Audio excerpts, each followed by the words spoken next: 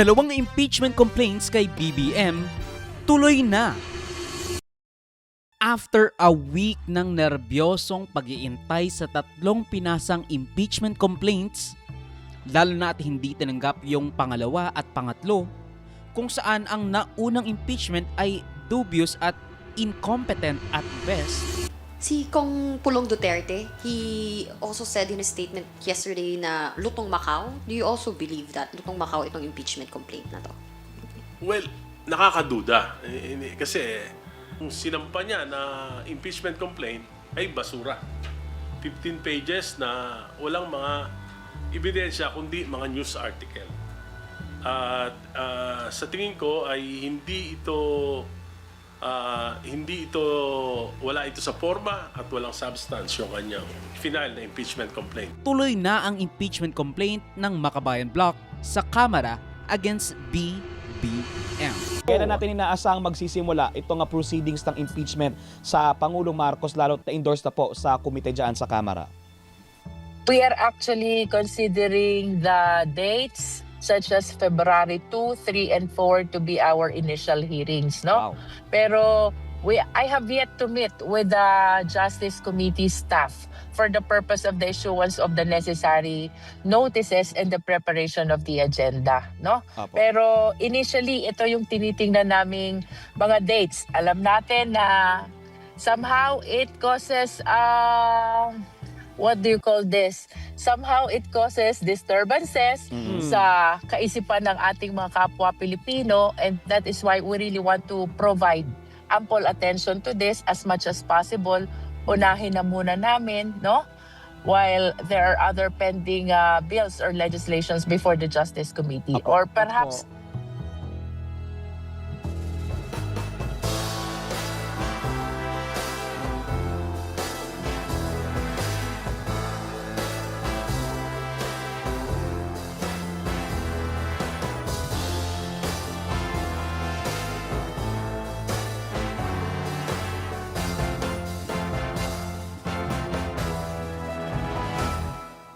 Naipasa na sa House Committee on Justice ang dalawang impeachment complaints na i-file over the weekend at nitong Lunes.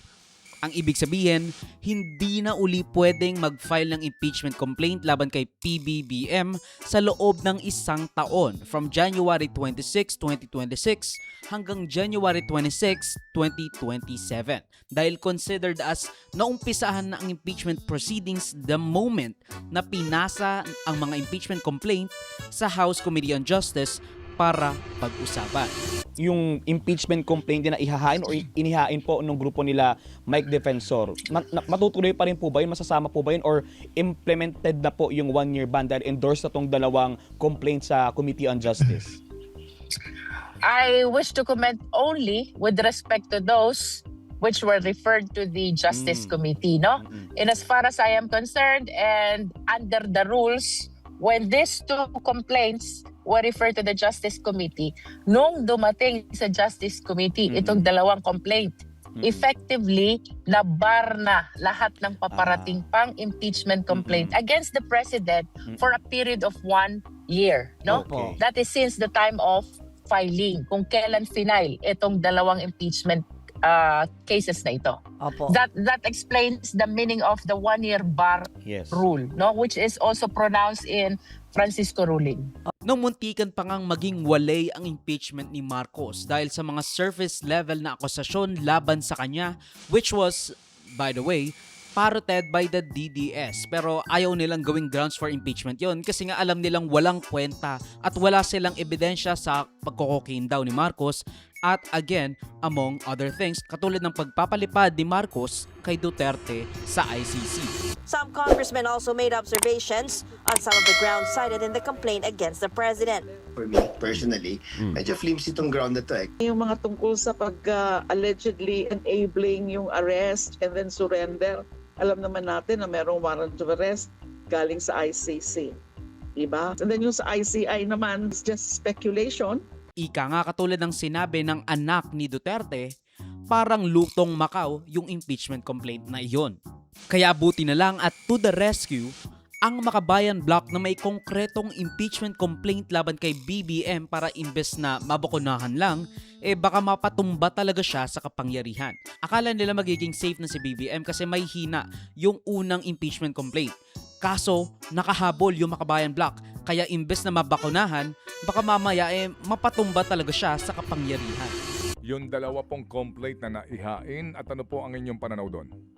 Yung pong unang maihain ay wala pong substance. At yung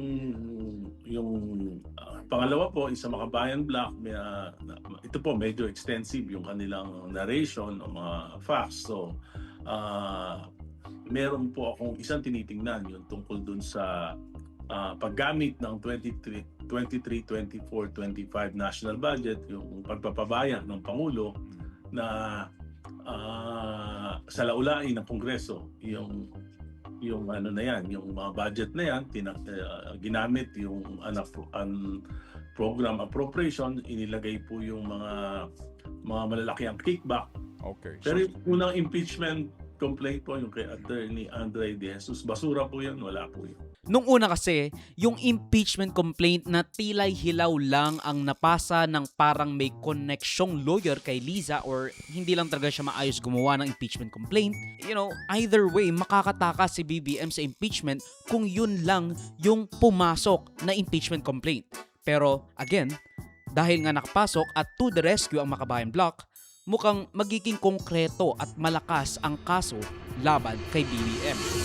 In fact, I dare anyone, including and especially Congressman Erice, to present evidence that I have somehow interacted with the First Lady, that I know the First Lady, that I've spoken with her, that I've met with her, because if he's able to prove or present evidence to that effect, I'm willing to have my balls cut off. And he will need a hacksaw for that because these are made of steel. Nawang sabi ni Sandro Marcos nung nalaman na tuloy na yung dalawang impeachment complaint, hindi niya raw yun haharangin. Para raw hindi magkaroon ng conflict of interest ay nag-recuse siya sa sarili niya. Not that he'd need to, dahil majority pa rin sa House of Representatives ang pabor kay PBBM or at the very least aligns with the administration, lalo na at again, yung anak niya nga, majority leader pa rin. Lalo na at fractured pa rin ang mga DDS at ang iba pang mga organisadong grupo. Yes, maraming nagtatanong kung dahil ako ang majority leader, kung ano ang aking role. We need to remind people, Congress is constitutionally bound to hear these cases for anyone, for any impeachable officer, whether that is the president or not. So, sa mga nagsasabi na baka haharangin niya yung impeachment or whatever, I cannot do that. And I have to perform my duty as majority leader and perform my duty to the Constitution and my mandate. And that is to say that I cannot stop any impeachment complaint from being referred to the floor or to any or to the Committee on Justice. We have to let the process. We have to let the process do its. We have to go through the process rather. And again, the President in Malacanang has stated that he's confident na wala naman siyang ginawang mali. And I share the same sentiment. So I will not be stopping or blocking any impeachment bill. Nabalitaan niyo na po ba itong si Kong Sandro nag-inhibit sa usapin tungkol sa impeachment? Ano po, nag-usap na po ba kayo? Hindi. Ang katotohanan, hindi nabalitaan ko sa news din. Hindi niya sinasabi sa akin. Pero tama yung ginagawa niya. That's very proper. Dahil I am his father. And siyempre meron siyang bias for me. Kahit pilitin mo na walang bias, meron talaga siyang sana naman magkabayas siya, no? Dahil sa anak mo siya. Pero hindi, sir eh. Hindi eh. Hindi, pero tama yan. He should recuse himself. He should remove himself from the process so that the process can be seen to be fair and proper. Ang nakakapagtaka lang talaga is hindi na bumalik si Attorney Torion, si Mike Defensor at Chavit Singson sa House of Representatives to represent the DDS bloc na magbibigay ng impeachment complaint din dapat.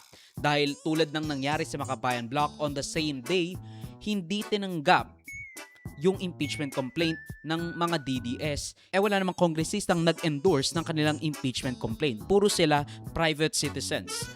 Ang kailangan kapag gusto mong mag-file ka ng impeachment complaint, dapat may at least one na kongresista na mag-endorse sa complaint mo. Nahabag siguro sila kay BBM. Was there an endorser from a representative of the House to endorse the complaint? Meron. Yes. Who was Meron. Actually, nangyari dyan si Kedwin, may mga kausap kami. In fact, we were in the office of a congressman. Nung hindi ni-receive, tinawagan ko sila. Wag na. Hindi, sabi ko lang, dyan lang kayo. Pag ni-receive, baba kayo. Sabi lang, sige. Kasi nga, you know, it's hard to impeach a president. Correct. Siyempre, yung mga congressmen are very much affected by it. Yung gigipitin sila, pa-filean sila ng case. Konting chismis lang. Oo. Yung bang mag-i-endorse sa impeachment nyo, minority o majority? Actually, mix. Mix? Mix. Oh. So may tatawid? Ay, hindi naman. Well, ano ba? Hindi, mix eh. Dapat ang nag-usap kami ni Egay, and apparently, I understand that you spoke to Egay if he was willing to endorse. Sabi niya, he doesn't want to endorse. And either naman ang sabi niya, complaint. Yes, tama. Both. But ang nakwento is that Kiko Barsaga was going to endorse kaso suspended. So, and then yung anak ni Chavit Singson was supposed to endorse also the complaint. So, who was your possible endorsers at least?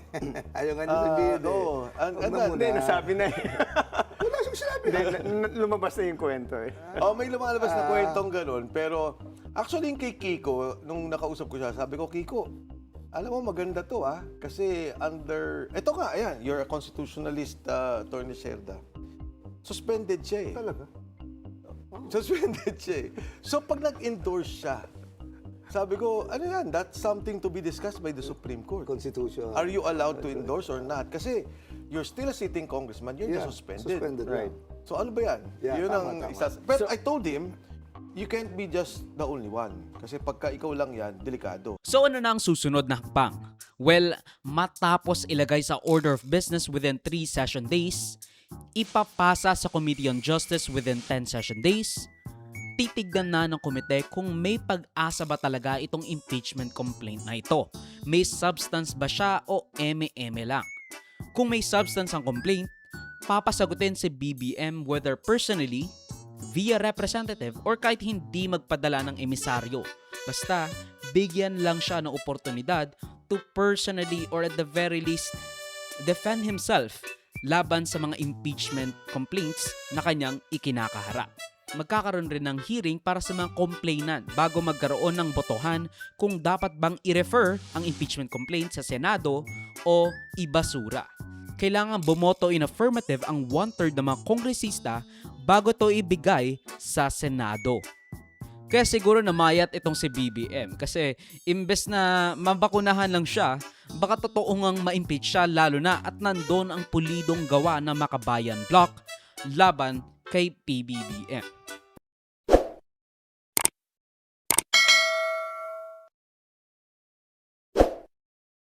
Ang video clip na ito ay galing sa aking series ng News Remember the Recap.